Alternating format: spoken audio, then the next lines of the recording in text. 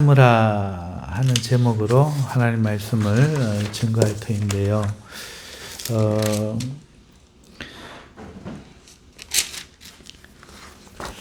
우리 그 성경에 사복음서가 있잖아요. 이 사복음서가 같으면서도 조금씩 다르면서도 좀 틀리는 그런 경우가 있습니다. 그래서 신학을 하면서 제가 제일 처음에 충격을 받고 놀랐던 것은 이렇게 해서 어떻게 하나님을 믿을 수 있겠는가. 이미 하나님을 믿고 있는 내가 3대째 믿어온 내가 성경에 대해서 이렇게 흔들리는 계기가 되었어요.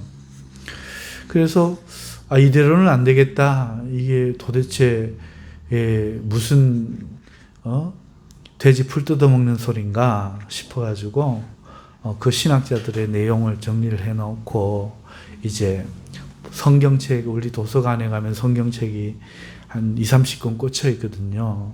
성경책을 4권을 딱 갖다 놓고 각 복음서를 찾아 놓고 순서대로 이 복음서에 이 내용을 말하는 걸 그 다음 복음서에 다 발췌를 해가지고 그걸 다 정리를 한번 해봤어요. 그러면서 큐 문서론이라고 하는 게 있는데 이게 뭔가 하니까 이 성경 지은 것을 인본적으로 추정하는 거죠. 마가라는 사람이 먼저 이 마가복음을 썼다는 거예요. 그리고 다른 사람들이 그 마가복음에 있는 그 자료를 가지고 있으면서 또 자기가 가지고 있는 자료들로 또 복음서를 썼다는 겁니다. 이런 식으로 해서 이 복음서의 탄생과 그 발전 과정을 인간적인 학문으로 이야기하는 거예요.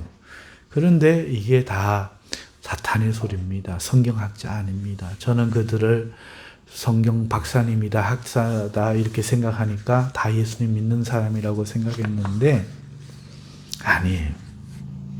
이 마귀의 노림수입니다. 가짜입니다. 그래서 제가 그 사복음서를 대조해서 사복음서를 최초로 그러니까 제가 신학교에서 제가 한 일 중에 최초로 먼저 사복음서를 똑같은 것을 다루고 있는 부분들을 이렇게 정리해 본 결과 세상 사람들은 오해할 수도 있겠다마는 그러나 이거는 분명한 목적을 가지고 쓴 하나의 편지다. 이렇게 결론을 내렸습니다. 분명히 목적이 있더라고요. 그래서 그들이 알 수 있는 예를 들면 마태복음에서는 둘이 같다고 하는데 다른 복음서에는 한 명이라고 나와요. 그러면은 팩트, 사실적인 것만 가지고 보면은 둘 중에 하나는 거짓말이죠. 그러나 그게 아니더라고요. 그게 아니고 유대인들에게는 그 상징적인 상징의 언어를 쓰는 겁니다. 마태가. 그래서 그런 거고요. 헬라인이나 이런 사람들에게 쓴 마가나 누가 같은 사람은 그 사실적인 숫자를 쓴 거더라고요. 그래서 그 누구로부터 누구까지 14대요, 누구로부터 누구까지 14대요 하는 그것도 실제 대수가 14대가 아닙니다. 실제 왕조를 세워보면 대수가 달라요. 빠지고 있고 대수가 다릅니다. 그러나 마태가 히브리인들에게 썼던 그거는 그런 의미가 아니고 14라는 숫자가 가지는 완전성을 이야기하는 거예요. 14만 4천 명의 10분의 1이죠. 그래서 이 14가 올라가서 140이 되고 1440이 되고 14만 4천 명이 되는 거예요. 그래서 그런 상징성을 가지고 하나님의 완전한 계획 속에 오게 되었다라는 것을 하면서 창세기 모세 오경을 아는 히브리인들에게 여자의 후손이라고 했잖아요. 여자의 후손. 여인의 후손이 뱀의 후손과 뱀과 싸우리라 그랬잖아요. 그러니까 거기에 여자가 나오는 거예요. 기생 라합, 시아버지 다말, 이방인 롯, 그리고 마리아. 이 4명의 여자를 4번을 넣어서 하나님이 예언하신 그 사람이다를 알아듣게 암시, 영화에 보면 뭔가 탁탁 튀면서 어떤 장면들을 보여주면서 암시하잖아요. 마태는 그러한 기법을 사용했는 거지 사실적인 팩트의 어떤 숫자를 쓴 게 아니에요. 무식해. 제가 이 박사도 아닌데 무식하다 그런 걸 용서해 주세요. 정말 육은 무식해요. 하나님은 몰라요. 성경이 안 가르쳐 주면 성경을 자기 본의대로 해석해요. 그러나 마태는 그렇게 기록하고 각 성경은 그렇게 해놓은 거예요. 그래서 오늘 이 본문에 지금 이 예수님의 그 붙잡히심도 마태, 마가, 누가, 요한 다 나옵니다. 사복음서가 다 나옵니다. 그리고 마태가 다르고요, 요한이 다르고 마가와 누가는 같아요. 큐 이론처럼 누가 누구를 걸 뺏긴 게 아니고요, 다른 자료를 가지고 있었던 게 아니고요, 저술 목적이 다른 겁니다.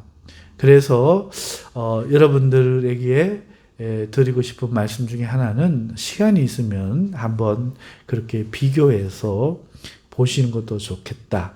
그리고 어떤 분이 그걸 가지고 또 책도 내셨더라고요. 사복음서 대조, 공간복음 대조, 공간복음이라고 해서 각 그 일치되어지는 부분을 함께 다루어서 한 부분도 있는데, 그분의 사상은 듣지 마시고 보지 마시고 일치되는 점만 우리가 찾으면 힘드니까 그런 부분만 참조하시면 좋겠습니다. 그분이 쓰신 글은 영 아니었습니다. 자, 그래 오늘 본문으로 넘어가서요. 예수님께서 지금 겟세마네 동산에서 기도하시면서 마태복음 이게 3번 나오거든요. 오늘 요 본문에는 몇 번 나오죠? 한 번으로 나와요. 이걸 사실 여부로 따지시면 안 됩니다. 오히려 사실 여부로 따지자면은 누가복음이 더 가까운 겁니다. 누가복음이 이게 더 사실에 대해서 하려고 했는데, 그렇다고 해서 사실이라고 해서 횟수의 사실을 아니고 일의 순서의 사실을 더 강조했다는 것을 누가복음 전체를 보면은 우리가 좀 알 수 있어요. 그러니까 횟수보다도 일의 순서를 우리가 좀 더 중점으로 봐야 한다 하는 것을 생각하면서, 겟세마네 그 기도에서 예수님께서 그 처음에 어떻게 이야기했죠? 시험에 들지 않게 깨어 기도하라 하시고, 그 다음에 유혹에 빠지지 않게 일어나 기도하라 이렇게 이야기를 하시잖아요. 이렇게 이야기하시고 말씀을 하실 때에 12 중에 하나인 유다라 하는 자가 예수님을 잡기 위해 무리를 대동하고 예수님께 온 것입니다. 그리고 그가 예수님께 입을 맞추려고 가까이 왔다 지금 말하고 있습니다.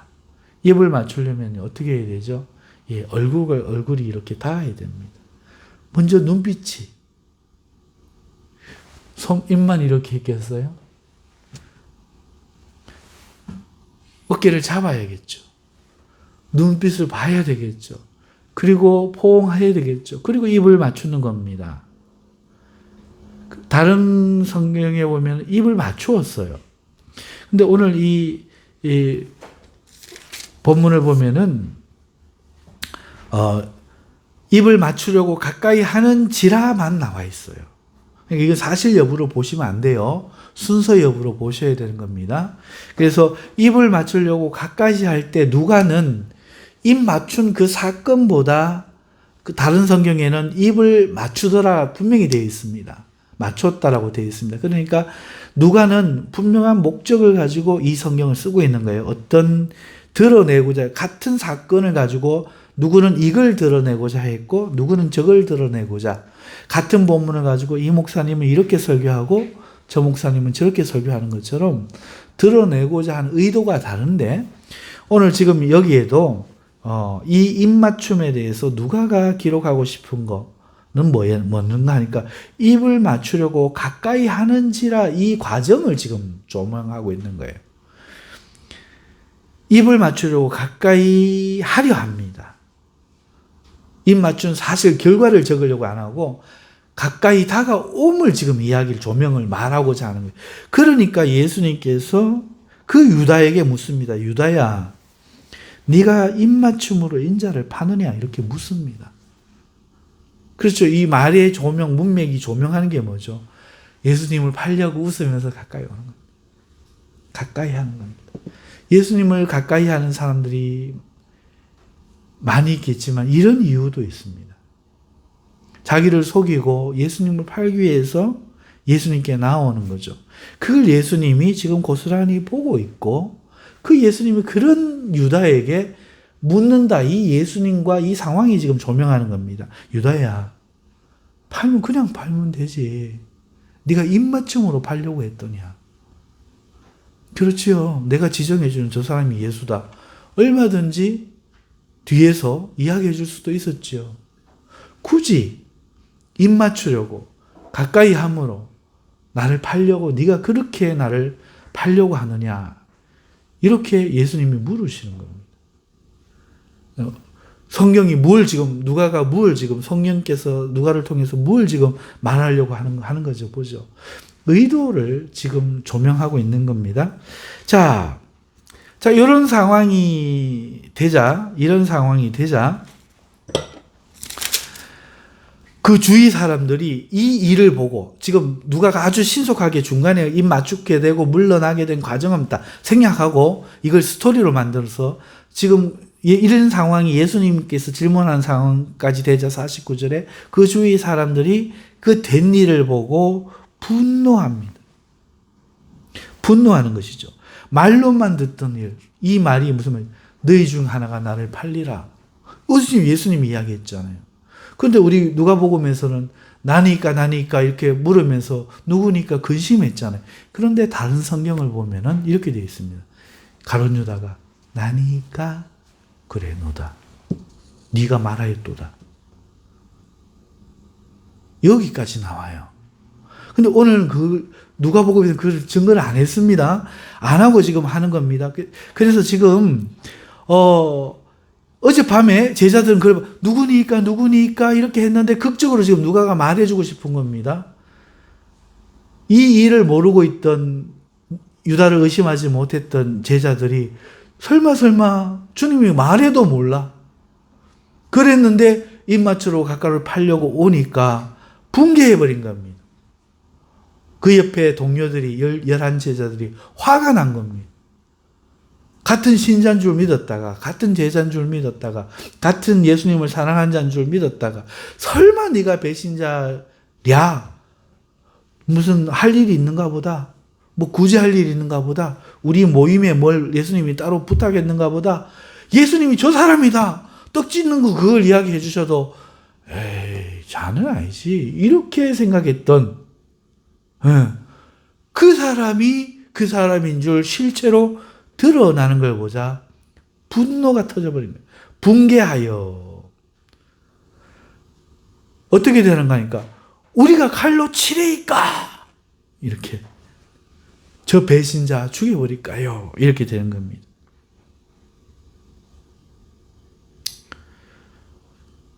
자, 그런데 이 칼로 치리까는 한 사람이 한 게 아니고 여러 사람 전부 다 그런 겁니다. 그런데 그 중에 한 사람, 다른 성경에 이렇게 베드로라는 게 드러나 있죠. 그 중에 한 사람이 대제사장의 종. 그러니까 지금 누가는 베드로 한 사람을 목적으로 보여주고 싶지가 않은 겁니다.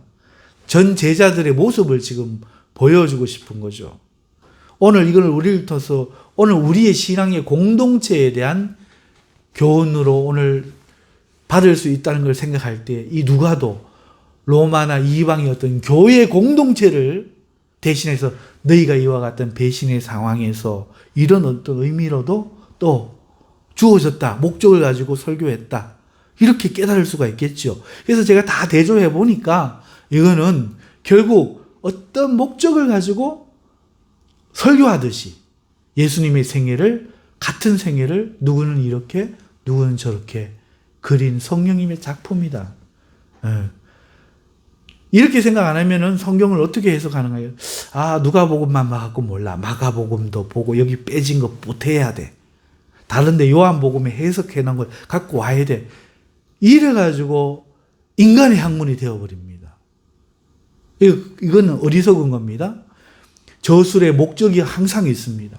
그러니까 성령께서 누가를 통해서 저술한 목적을 캐치를 해서 완벽한 하나의 작품으로 우리는 보아야 되기 때문에 제가 다른 이야기들 다 알매도 불구하고 필요한 혹은 대조나 비교하기 위한 언급 외에는 그 성경에서 말하고 있는 주제를 드러내지 않고 오늘 누가가 말하는 주제만 드러내는 이유가 여기 있습니다. 어찌됐든 누가는 공동체를 다루고 싶은 거예요. 그래서 베드로 이름도 언급하지 않고 그 중에 하나가, 이거 단 사람의 마음입니다. 그 중에 하나가 칼을 빼가지고 대제사장 종 말고라고 분명히 막 요한복음에 되어 있지만 그것도 이야기하지 않습니다. 이야기하지 않고 단지 대적하는 세력에 맞서는 공동체를 지금 그리고 있는 겁니다. 그 중에 하나가 대제사장의 종을 쳐 그 오른쪽 귀를 떨어뜨린지라. 여러분 칼이 움직이는 사람을 맞출 때에 얼마나 정확하게 오른쪽 귀만 딱 노렸겠습니까? 목을 쫙 이렇게 베면은 사람이 죽죠.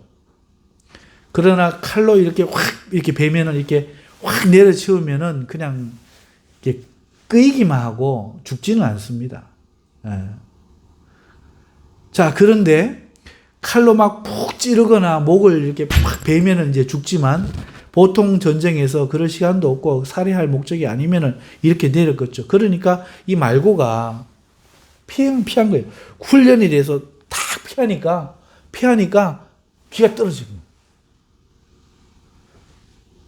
베드로도 날랬고 그 피한 정도 훈련이 돼서 얼른 피한 겁니다. 피했는데 귀가 탁 떨어진 거예요. 예수님께서 그때 먼저 말씀합니다. 얘들아, 이것까지 참아라. 이것까지 참아라. 화내고 있는 예수 그 제자들에게 이것까지 참으라 합니다. 그리고 그 귀를 주었죠. 주어갖고 갖다 붙이고 만져가지고 낫게 하여 주십니다. 하지만 다른 성경에 보면은 너희가 누구를, 예수님 나서갖고 유다는 저 뒤로 가 있고, 이거 이후에 입 맞추고 난 후의 사건이죠. 가고 있는데 예수님, 너희가 누구를 찾느냐? 예수다. 내가 그 능력하니까 이 사람들이 신적 권능에 의해서 엎드리면 다 넘어져 버려요. 근데 이 성경에서 이걸 뺐죠. 누가복음에서는 뺐습니다. 그러니까 사실대로 기록한다는 것은 순서상 사실이에요. 팩트 사실, 있는 그대로가 아닙니다. 그래서 분명한 저술 목적을 가지고 지금 기록하고 있다 그거예요. 보이는 대로 읽으면 안 됩니다. 컵 속에 물을 담고 똑바른 유리막대기를 넣으면은 그 유리막대기가 꺾여져 보이는 거예요. 눈에 보인다고 사실이 아닙니다. 그래서 우리가 성경을 읽을 때 주의해야 될 필요가 있는데요. 그렇다면은 왜 지금 그 엎드려졌더라 하는 이 사건을 신적인 어떤 위험을 드러내려고 하는 목적이 아니기 때문에 그건 뺐고, 지금 여기에 메시지는 이것까지 참으라에 있어요. 그래서 제목이 이것까지 참으랍니다. 지금 누가복음을 통해서 공동체가 예수님이 그 제자 공동체에게 이 배반까지 참아라, 이 모욕까지 참아라 한 것처럼 오늘 이 서신을 받는 공동체에게 너희들이 너희 안에 일어나는 배신까지도 참아라는 거죠. 그러니까 오늘 우리에게 주어지는 이 메시지도 이것까지 참아라가 되는 거예요. 뭐까지? 교회 내에 배신자들이 있다는 거예요.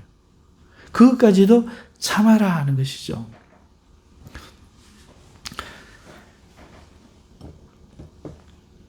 그리고 대제사장들과 성전의 경비대장들과 장로들에게 예수님이 그 다음 절에 질문을 합니다. 너희가 강도를 잡는 것 같이 검과 몽치를 가지고 나왔느냐? 여기서 강도라는 것도 말 그대로 칼든 강도를 이야기하는 게 아닙니다. 그렇게 이해하시면 안 되고 독립운동을 하는 사람들입니다. 예수님 양옆에 누가 못 박혔습니까? 강도. 여러분, 강도의 형이 얼마나 될까요? 강도질하면 사형인가요? 그런데 왜 십자가의 사형이죠? 예, 그거는요, 이 강도들이 독립운동했던 사람들입니다. 그래서 그 독립운동한다는 명목으로 부자, 우리로 치면은, 그, 일본 사람에게 붙은 사람을 뭐라고 말하죠? 예? 친일파.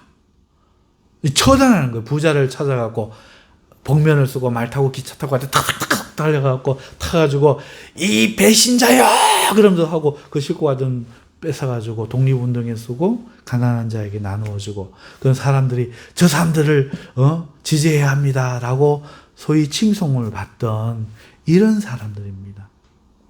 그러니까 독립운동하던 그런 강도, 의의 이름으로 악을 행하던 그 강도를 잡을 때 검과 몽치를 가지고 가는 거죠.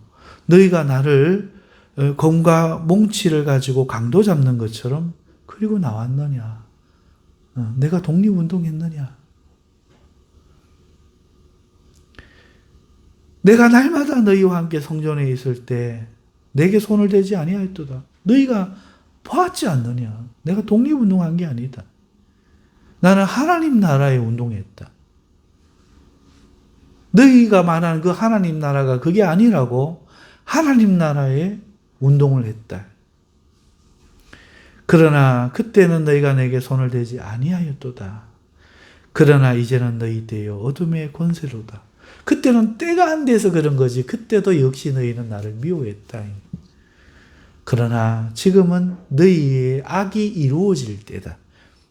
그래서 너희는 버림을 받고 하나님의 백성들은 구원을 받아야 될 때가 이르렀기 때문에 이렇게 된 것이로다. 이렇게 예수님께서 말씀을 하시는 것이 본문입니다. 사랑하는 성도 여러분, 예수님은 그 잡히시던 순간에 그 제자의 부인 앞에서 그 마음이 어떠셨을까요? 제자가 배반하는 것도 마음이 아프지만 마지막까지 입맞춤으로 배반하기 위해 뻔뻔하게 나오는 것도 얼마나 주님의 마음을 아프게 했을까요? 주님을 강도처럼 공과 몽치로 잡으러 온 이것은 얼마나 황당했을까요? 그럼에도 주님은 이것까지 참으라 이렇게 말씀하고 있습니다. 그럼 예수님은 왜 참아야 되는 거예요? 참는 게 목적인 줄 아는 성도들도 있고 그러니까 화내는 게 성도의 목적이고 욕 안 하는 게 목적인 것처럼 아는 게 있는데 아니에요. 예수님도 욕 잘하셨어요. 네. 그게 아니고 이 참음은 구원을 이루려 하시는 겁니다. 예수님도 안 참을 수 있다고 이야기하셨어요. 같은 성경 마태복음 26장 53절에서 54절을 보면 이 내용이 오늘 본문에는 없는 내용이 있습니다. 너는 내가 내 아버지께 구하여 지금 12군단 더 되는 천사를 보내시게 할 수 없는 줄로 아느냐. 지금이라도 안 참을 수 있다는 거죠. 내가 만일 그렇게 하면 이런 일이 있으리라 한 성경이 어떻게 이루어지겠느냐 이렇게 예수님 말씀합니다. 제자 베드로와 그 무리들에게 말이죠. 자기는 지금 가야 되는 거예요. 우리를 위해 희생되어야 되는 거예요. 그래서 안 참는 겁니다. 그냥 무조건 안 참는 게 선이기 때문에 참는 게 선이기 때문에 참는 게 아니고 안 참는 것도 선을 이루게 안 참고 화를 내고 독사의 새끼야 회칠한 무릎아 이 외식하는 자여 이 저주 있을지어다 화 있을지어다. 예수님 저주도 잘하고 욕도 잘하셨어요. 그때조차도 그렇게라도 해야 이 사람이 구원받을 가능성이 괜찮다 하는 것보다 일말의 가능성이 더 있기 때문에 하신 거고 지금 이 참는 거는 주님이 잡혀가셔야 구원을 이루실 수 있기 때문에 지금이라도 12군단 더 되는 천사를 부리는 영을 불러가지고 끝장을 내버릴 수 있는데 참지 않으신다 하는 겁니다. 이것이 오늘 우리에게 성령님께서 누가를 통해서 하시고 싶은 말씀입니다. 사랑하는 성도 여러분, 주를 믿다 보면은요, 참 많은 일을 만나지만 내가 안 믿었으면 도저히 참을 수 없는, 만날 수 없는 그런 일들을 만나요. 그렇죠. 주님 때문에 오늘 우리는요, 참았더니 얕잡아 보일 때가 많아요. 그리고 주님을 위해 베풀었는데 그걸 이용하는 사람들도 있고요. 주님 때문에 양보했는데 그걸 권리로 하는 사람도 있고요. 주님 때문에 섬겼는데 그걸 신분으로 아는 사람도 있죠. 우리는 진짜 그러할 때마다 힘든 자기의 감정과 대면합니다. 칼을 빼서 정죄하고 싶죠. 처단하고 싶은 그런 순간을 만납니다. 특히 교회 생활을 오래 하신 분들은 많을 거예요. 목사에게 상처받은 사람, 같은 집사에게 상처받은 사람, 도와줬다가 배반당하고 등에 칼 꼽힌 사람 많습니다. 은혜 모르는 검은 짐승이라고 그렇게 해줬는데 뒤돌아서서 다 잊어버리고 살아간 사람도 많고요.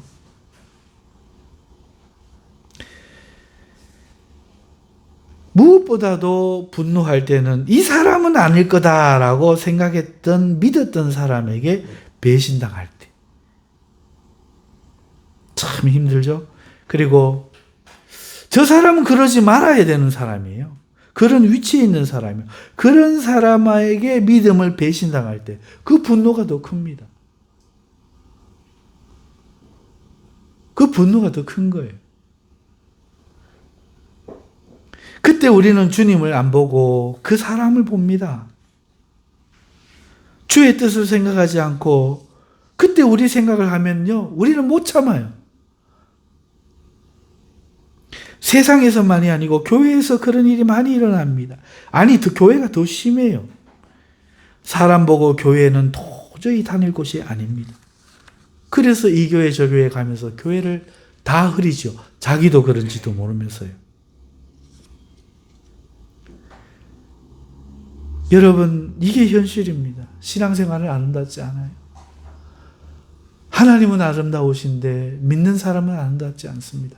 그래서 제가 카카오 스토리를 할 줄은 몰랐는데 처음 시작하면서 써놓은 글이 아직도 그대로 올렸더라고요. 하나님은 사랑은 아름다운데 기독교인들 너희들은 개들이구나. 이런 뉘앙스의 글을 쓴 적이 있습니다. 싸움닭이구나. 그게 그 순간 느꼈던 제 심정이거든요. 목사들이 목사끼리 싸우는 거 이해가 안 가는데 싸우더라고요. 성도들이 못 볼 뿐이지 목사님과 가까이 하면서 다니다 보니까 그게 보이는 거예요. 아주 그 뒷세계가 아주 이상하더만요.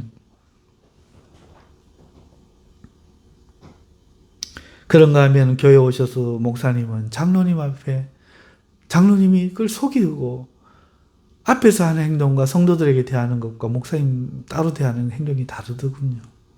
차마 입에 담을 수 없는 수준이었습니다. 그런데 그 장로님을 그 목사님이 참더라고요. 혹시나 구원에 이를까 봐 그러는 거겠죠. 참 그런 사람이 구원을 받는 것은 드뭅니다. 정말 드뭅니다. 하지만 이럴 때에 참아야 됩니다.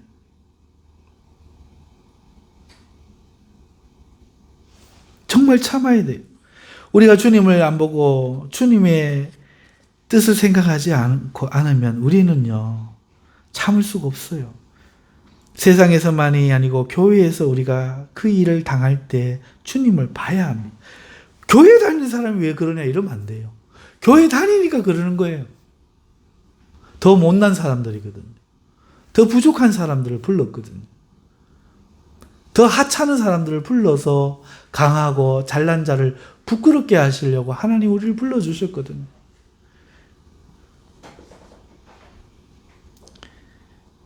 주님이 이 일을 우리를 위해 참으셨습니다. 그렇기 때문에 사랑하는 성도 여러분, 우리도 참아야 됩니다.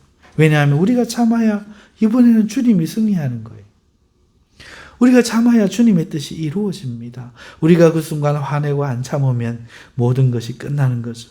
하나님 나라는 무너지고 세상 나라 승리가 되고 세상이나 교회나 똑같아져 버리는 거죠. 오늘 주님은 너무도 연약한 우리를 통해 하나님 나라를 이루어 가고 계십니다. 문제가 이거예요. 하나님이 우리를 통해 하나님 나라를 이루어 가신다는 거죠. 강하신 주님이 직접 이루어 가시면 좋으련만, 그러면 안 당하련만, 현실은 하나님께서 우리를 통해 하고 있다는 겁니다. 우리가 참아야 될 이유인 것이죠.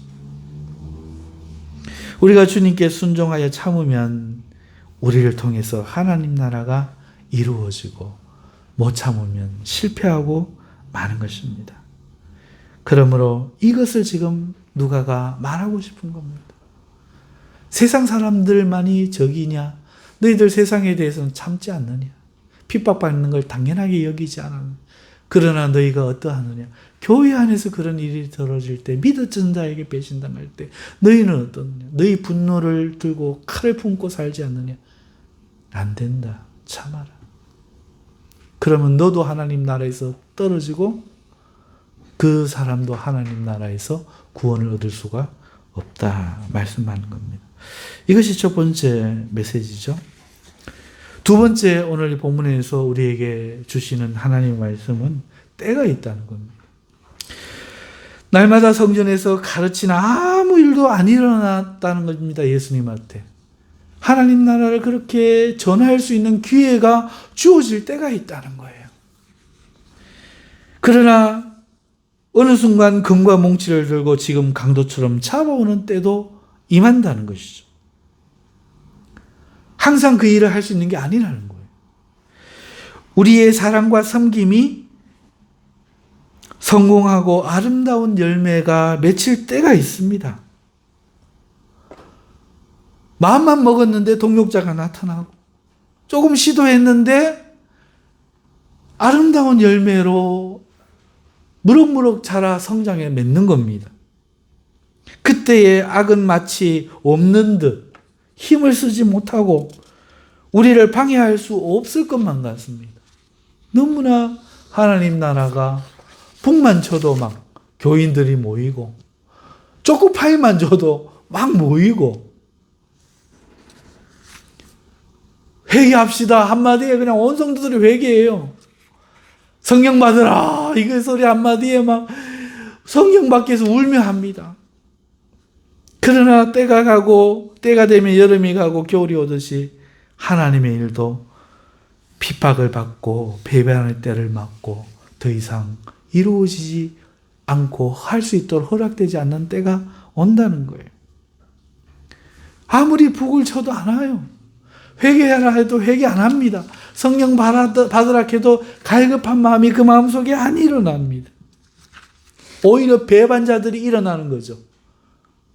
오히려 그 심령이 강팍해져 가는 겁니다. 이거에 안타깝고 싫지만 그럼에도 이것은 하나님의 이치입니다. 여름이 가고 겨울이 오는 것처럼 하나님은 그렇게 그 자신의 나라를 자신의 경륜과 자신의 섭리로 이끌어가고 계십니다. 우리는 이걸 제어하거나 조종할 능력이 없습니다. 그러므로 우리는 분별해야 됩니다. 오늘 기회를 얻었습니까? 열심히 해야 됩니다. 오늘 핍박의 때입니까? 그렇다면 각오를 해야 됩니다. 언젠가 신앙의 겨울이 닥칩니다. 그리고 언젠가는 좋은 시절을 또 경험합니다. 땀 흘리면 수고하면 그 열매가 보상으로 주어지는 그 봄과 가을을 경험하죠. 그때 우리는 즐겁고 기쁘며 하나님께 감사합니다. 작은 힘으로도 큰 성과를 내고 여러 돕는 손길이 함께 모여 그런 것들을 보면서 살아계신 하나님의 역사, 하나님이 하셨구나 하는 것을 깨닫게 됩니다. 하지만 신앙의 겨울도 닥치죠. 예전 같지 않죠. 모든 것이 달라집니다. 무릎에 덮었던 수건만 가져다 덮어도 병이 낫고 귀신이 떠나갔던 그 능력의 바울도 그럴 때도 있었지만 눈이 보이지 않아 글을 쓸 수 없게 돼서 대피하고 몸은 떨려 두꺼운 외투를 필요로 하고 옷 가져와라. 성령의 능력을 못 이기고 돕던 사람들은 다 떠나가고 몇 사람 남지 않은 그 겨울을 외로이 경험했던 것입니다. 남의 병은 다 고쳤건만 자기에게 있는 병은 3번이나 간절히 기도해도 이루어지지 않는 겁니다. 주를 위해 아직도 하고 싶은 일이 많이 있는데 그 계획들을 하나님이 들어주지 않습니다. 그리고 추운 옥중에서 서서히 생기를 잃어가는 자신과 자신이 더 큰 일을 이루지 못하고 그렇게 죽어야 한만을 바라보고 있는 그 겨울이 바울에게도 닥친 것이지요. 오늘 우리도 마찬가지입니다. 예수님을 믿고 좋은 순간도 있지만 그러지 못한 순간도 있습니다. 이것을 손양원 목사님은 이렇게 표현했습니다. 우리 한번 같이 볼까요? 우리 541장 찬송 같이 1, 2절 하고 간주하고 3절 우리 같이 한번 불러봅시다. 541장입니다.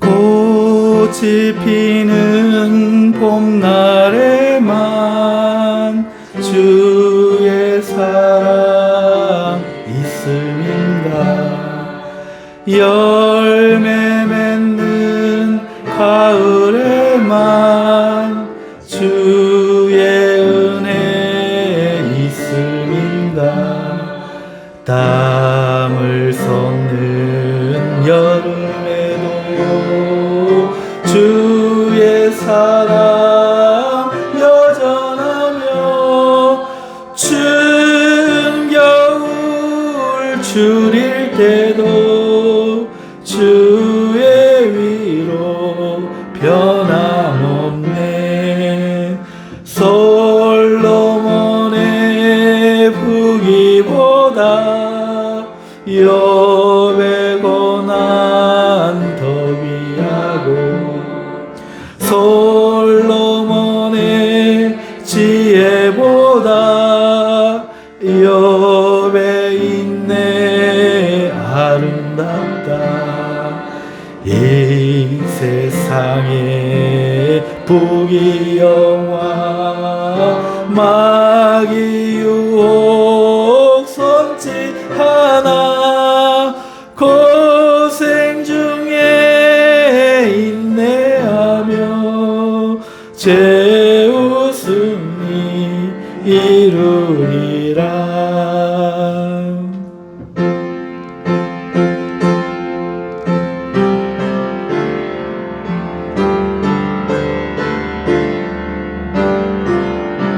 사절입니다.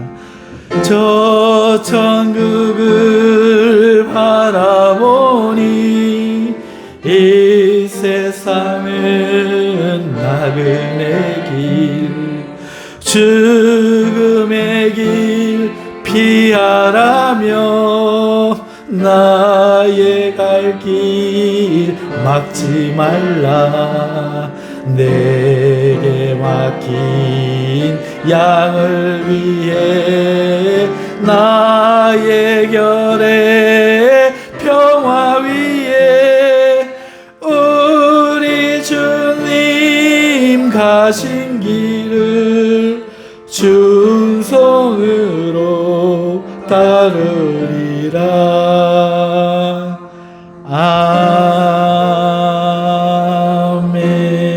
아멘. 이 손양호 목사님은요 신사참배를 반대하다가 잡혀서 옥고를 치르게 됩니다. 그리고 석방 후에 주기철 목사님이 심무했던 이 창원에 있는 제일 문창교회에서 열린 경남노회 소속으로 1946년 3월에 목사 안수를 받았어요. 그리고 여수 애양원에서 한센병자들을 돌보다가 1948년 여수 반란 사건 때 반란군 안재선이라는 사람에 의해 친미, 예수쟁이라는 이유로 두 아들 손동인과 손동신을 잃게 됩니다. 그런데 놀라운 것은 이 안재선이가 어릴 때부터 같이 컸다는 거예요. 그리고 이 목사님에게 많은 은혜를 입었습니다. 먹을 거 여러 가지 많죠. 아들처럼 자랐다는 거예요. 그런데 이북에 붙어서 친미한 목사다, 예수쟁이다는 이유로 그만 가룟 유다처럼 드러내서 목사님을 잡으려고 했는데 목사님이 안 계시니까 두 아들을 살해를 한 겁니다. 총살을 시킨 거죠. 후에 국군이 전세를 회복해서 올라와 안재선이 체포되어 사형을 받게 되는데요. 이때 목사님은 그를 용서해달라고 빕니다. 그러면서 그를 아들로 삼겠다고 구명운동을 하여서 결국 그를 살려냅니다. 그리고 진짜로 아들로 입적시켜 가족으로 살게 합니다. 그래서 후에 그 가족에서 목사가 나요. 그런 그의 사랑을 그의 딸도 이해하지 못하고 힘들어했다. 그 딸의 자서전도 있습니다. 손양원 목사님이 왜 그랬을까? 사랑이란 이상 때문에 그랬을까? 아니요. 그는 자신을 참으신 주님을 생각하면서 그 원수를 참아 사랑을 베풀어서 구원한 이 주님의 길을 가기 위해서 그랬던 것입니다. 그래서 그는 진정한 믿음의 사람이었던 것이죠. 그가 지은 찬송이 541장. 그의 신앙의 가사인 겁니다. 사랑하는 성도 여러분, 호호하하 잘 지내는 게 사랑일까요? 아니요. 제가 말씀드렸지만 예수님은 하나님은 우리에게 사랑한다고 남발하지 않으셨어요. 그럼에도 우리의 죄가를 짊어져 주셨죠. 오늘 이 목사님도 그러셨습니다. 오늘 우리는 원수를 구원하기 위해 우리의 연약함을 참으신 주님처럼, 우리의 배반을 참으신 주님처럼, 그 주님을 버리고 다 도망간 우리를 참아주신 주님처럼 오늘 우리의 참음이 성령님이 다른 사람을 살릴 수 있는 능력이 되고 터전이 되기 때문에 그래서 우리가 참는 것입니다. 그렇기 때문에요. 우리는 푸른 초장만 하나님의 인도라고 말하지 말아야 하겠습니다. 사망의 음침한 골짜기도 하나님의 인도임을 우리는 믿어야 하겠습니다. 좋을 때만 하나님을 섬길 것이 아니라 나쁠 때도 하나님을 섬기고 인정해야 합니다. 좋은 때만 하는 은혜의 때가 아니고 나쁜 때도 은혜의 때임을 우리는 믿고 좌절하지 말아야 됩니다. 현실 보는 사람이 아니라 하나님을 보는 사람이 되어야 됩니다. 그래서 사랑하는 성도 여러분, 좋을 때를 만났다면 감사합시다. 열심히 일합시다. 그러나 나쁜 때라면 우리는 참고 견뎌야 할 줄 믿습니다.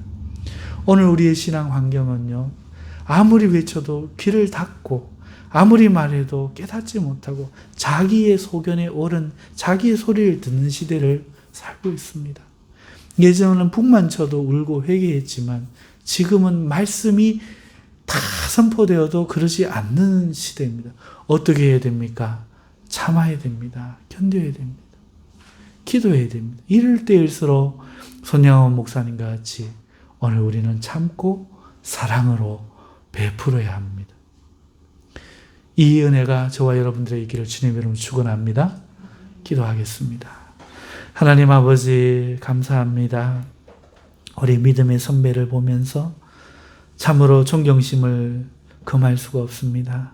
오늘 아직 우리는 우리가 살아서 단죄하고 정죄하고 버리고 싶은 마음이 가득하나 오늘 우리도 주님의 뒤를 따라 사랑으로 참고 하나님의 그 크신 나라가 나를 통해서, 나의 죽음을 통해서 싹 틔워지고 일어나 자라나 성장하여 열매 맺는 큰 은혜를 이루기를 소망하며, 오늘 우리도 믿음으로 이것까지도 참을 수 있는 저희들 되게 하여 주시되, 세상의 것도 참아야 되지만 교회 안에서 벌어지는 많은 일들도 참아내는 저희들 되게 하여 주시옵소서. 예수님의 이름으로 기도하옵나이다. 아멘.